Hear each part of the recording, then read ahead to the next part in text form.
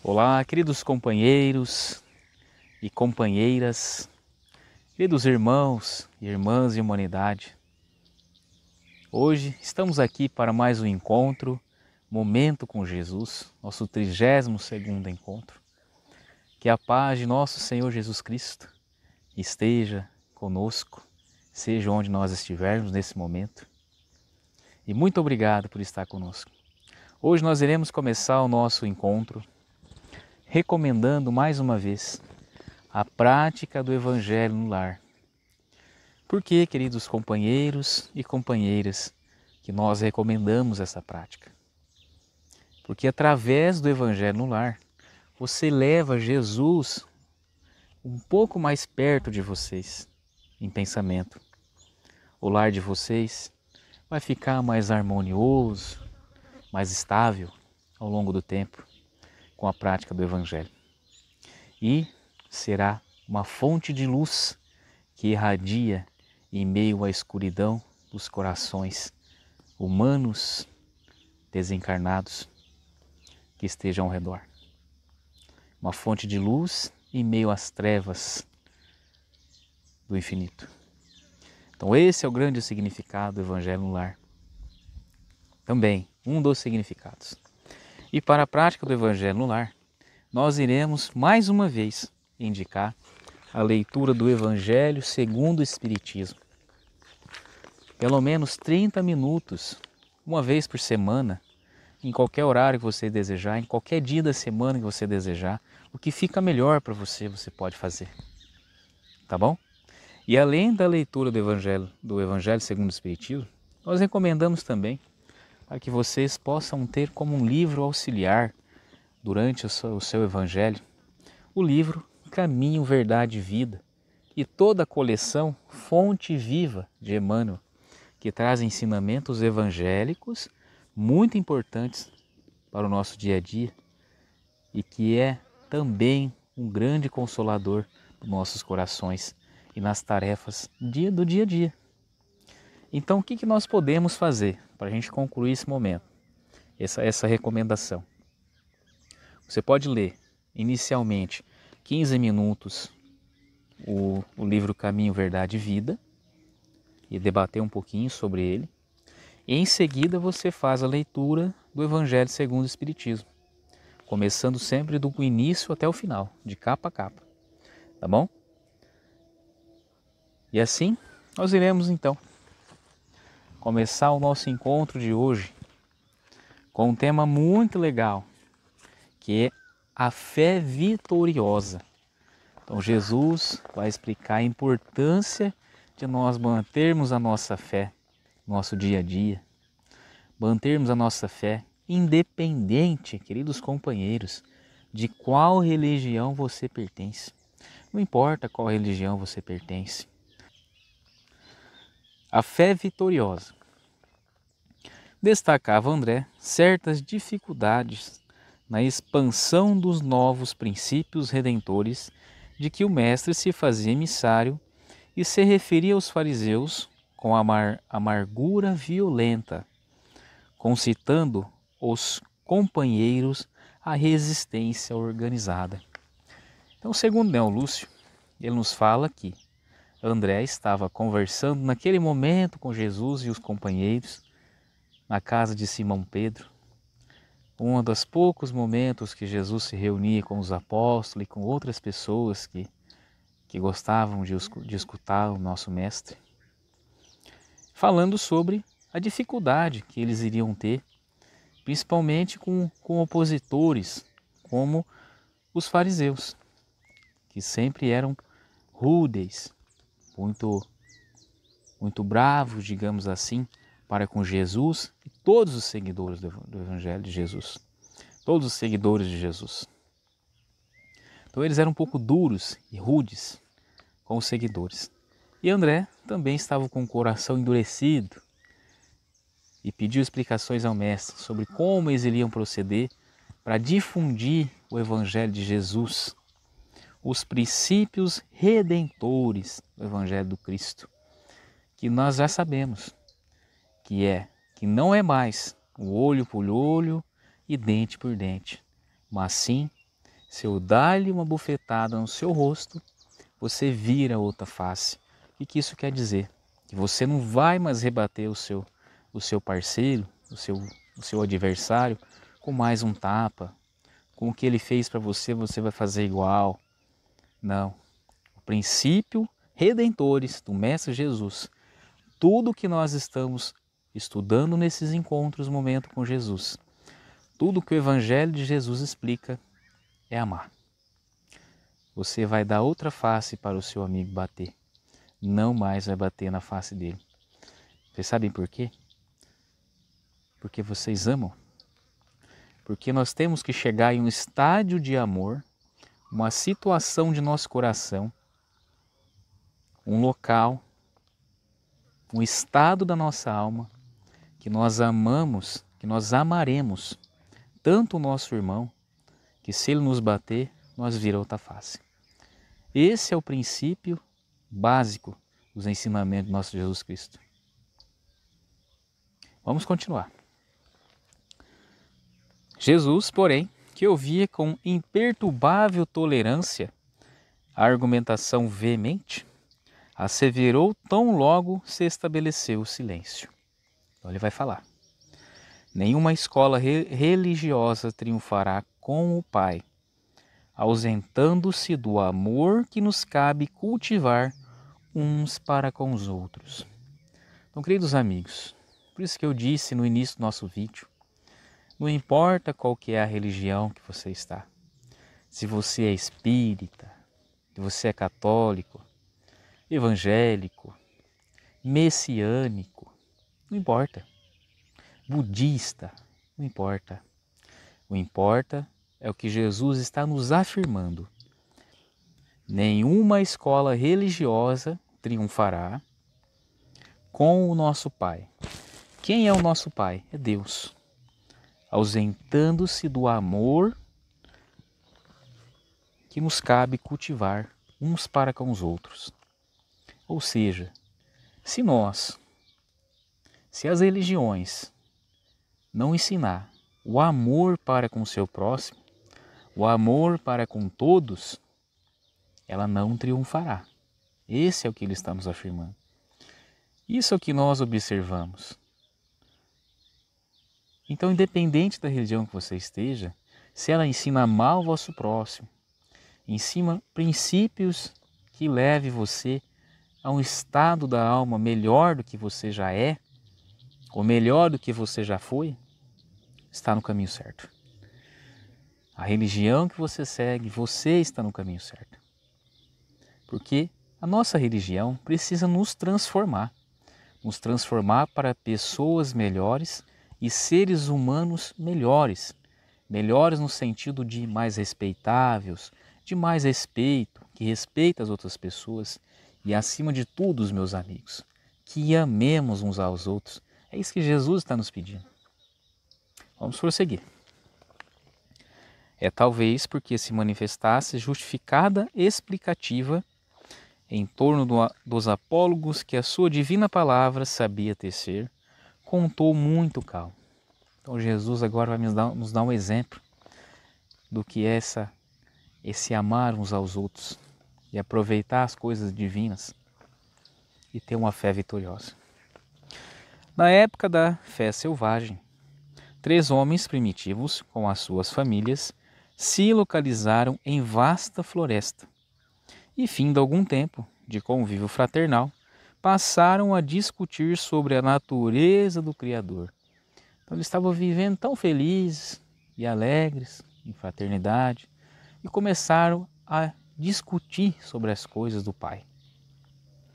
Um deles pretendia que o Todo-Poderoso vivesse no trovão. Outro acreditava que o Pai residisse no vento. E o terceiro, que ele mostrasse o sol. Todos se sentiam filhos dele, mas queriam a viva força e preponderância individual nos pontos de vista. Então o que está acontecendo, queridos irmãos? Eles agora estão brigando porque eles pensam que existe um Deus para cada um deles e que o Deus deles é mais forte do que o outro. Olha só o que está acontecendo. Vamos trazer para a nossa realidade de hoje. E algumas vezes ainda nós convivemos com algumas religiões que se acham melhores do que as outras. Que o Deus deles é diferente do Deus meu, do Deus seu, do Deus de seja quem for. E nós iremos perceber que Deus está em todos os lugares. Nós vamos perceber que Deus está no centro espírita, está na igreja católica, está na loja maçônica, Deus está nos templos messiânicos e também em outras religiões que estão por aí, estão nas igrejas crentes, independente qual é a bandeira desta igreja crente, está no candomblé, está nos terreiros de Umbanda. Então Deus está em todo lugar. Nós iremos compreender isso um pouquinho melhor de agora em diante. Depois de ásperas alterações, guerrearam abertamente. Um dos três se manira de pesada carga de minério. Outro reuniu grande acervo de pedras. E o último se ocultara por trás do compacto monte de madeira. Achas de lenha e rudes calhaus eram as armas do grande conflito. Invocavam todos a proteção do Supremo Senhor para os seus núcleos familiares e empenhavam-se em lutas. E tamanhas foram as perturbações que espalharam na floresta, prejudicando as árvores e os animais que eles sofreram a flagelação, que o todo compassivo lhes enviou um anjo amigo. Então, eles brigavam entre eles e cada um rogava a Deus proteção. Vamos associar o que nós estamos vivendo também na atualidade. Muitas vezes, nós oramos para o Pai e pedimos coisas muito maus, muito ruidosas para o nosso próximo e apenas boa para nós. Vejam bem o exemplo desses amigos que tinham um convívio fraternal e ruinaram esse convívio por briga desnecessária. Vocês vão perceber o porquê que é desnecessária mais para frente. Então, o que o mestre quis dizer nessa narrativa também?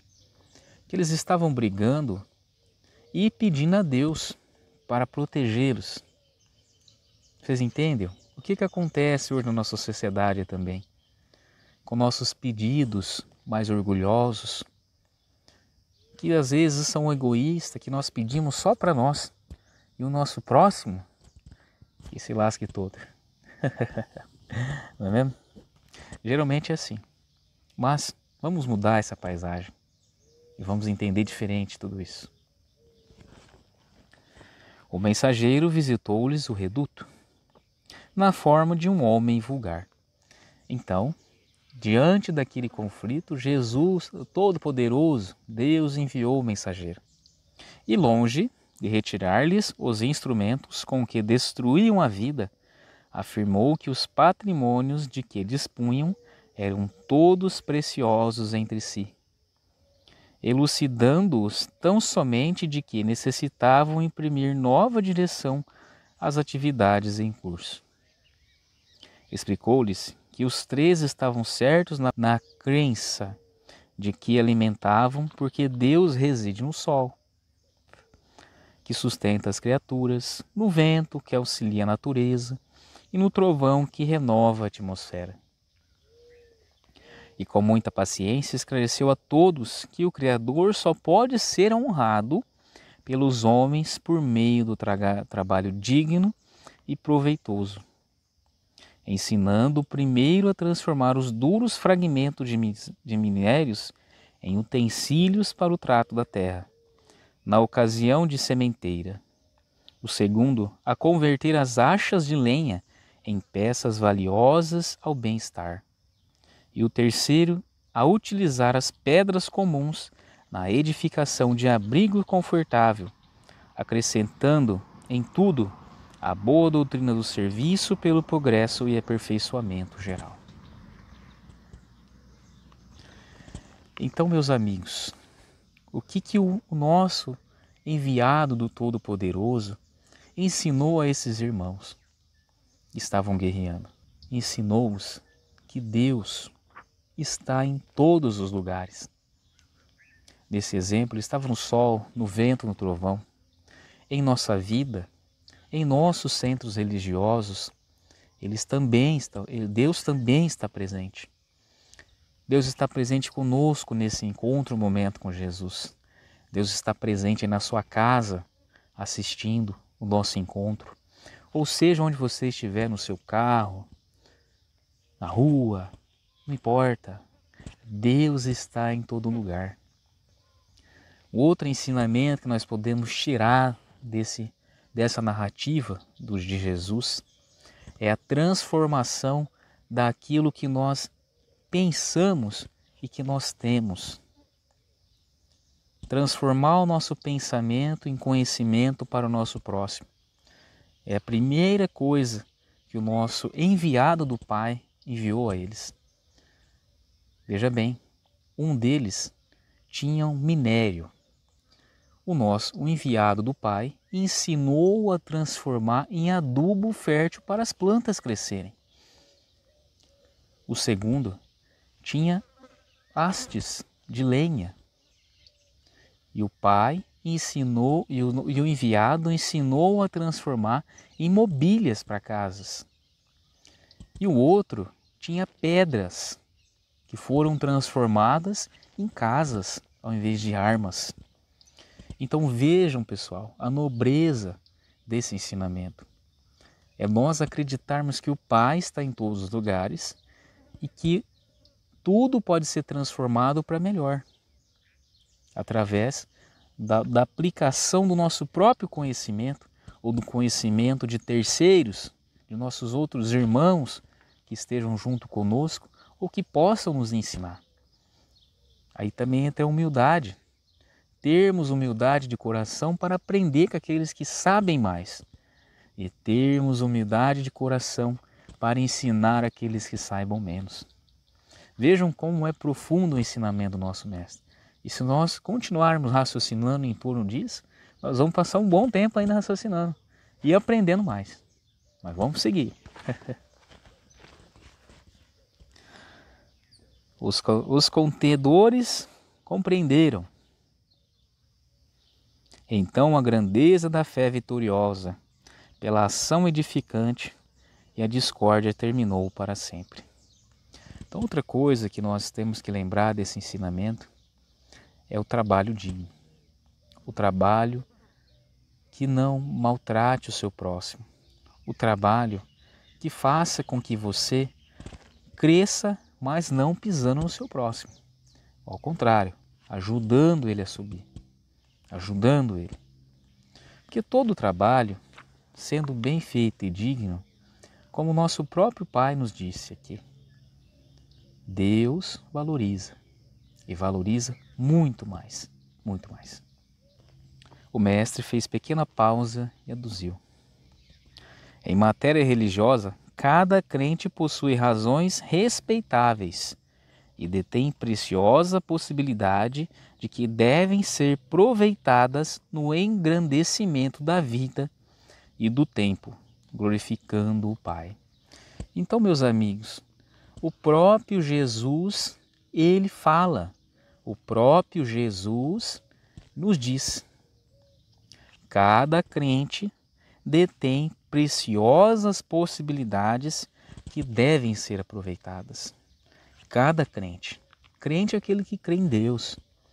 Todo aquele que tem uma religião, todo aquele que não tem, todo aquele que mesmo sem frequentar um centro religioso, e todos aqueles centros religiosos têm um propósito. E é um propósito de engrandecimento da criatura humana. Vocês entendem? Por isso que é muito importante nós respeitarmos a religião de cada um, independente qual ela seja, porque ela é proveitosa para ele. Muitas coisas que são ensinadas para mim não servem para você. E o que é ensinado para você não serve para mim. Então eu me encaixo naquela religião que me faz melhor, que me faz bem, que me faz ser um ser humano melhor. Essa é a religião perfeita para você. Entende?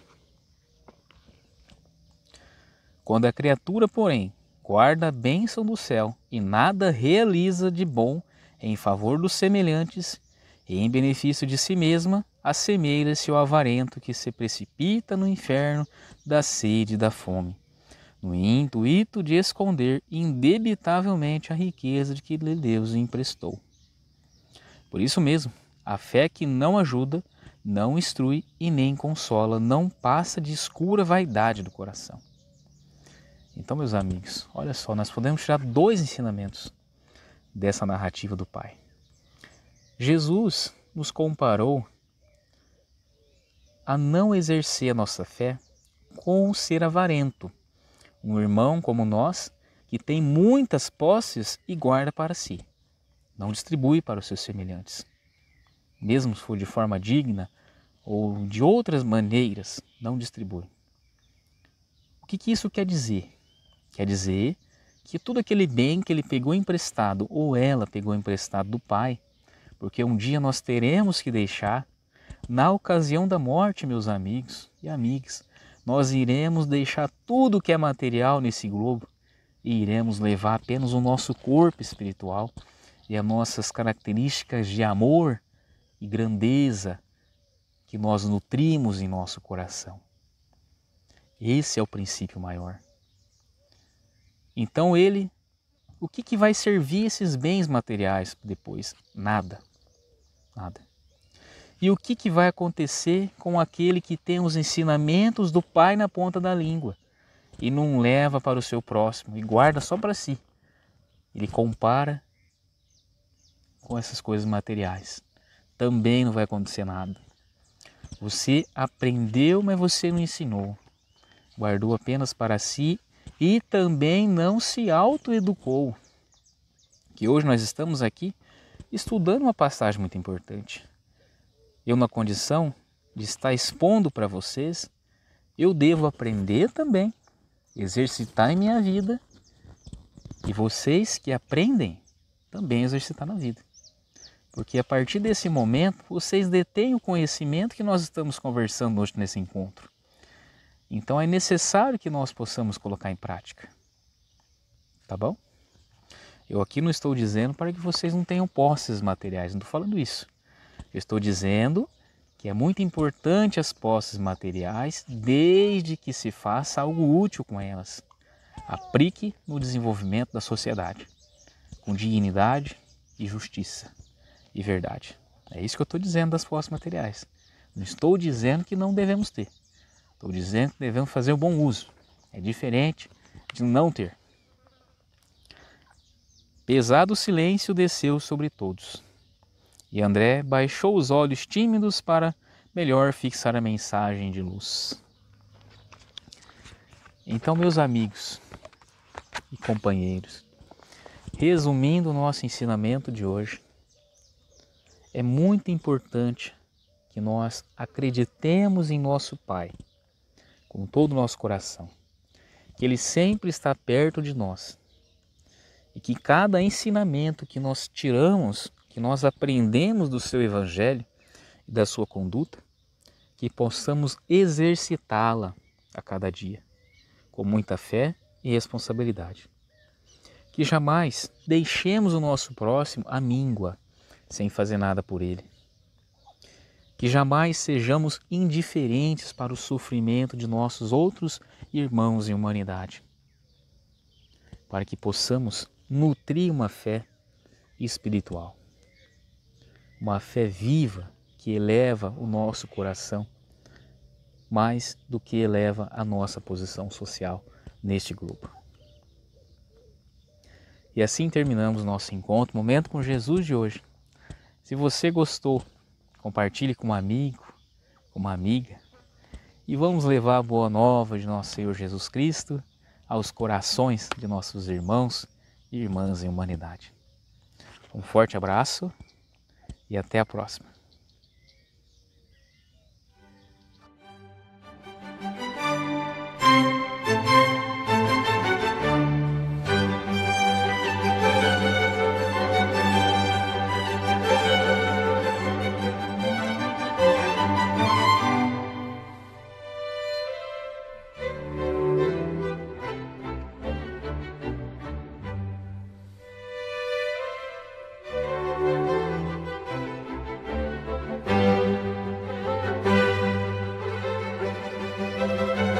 Música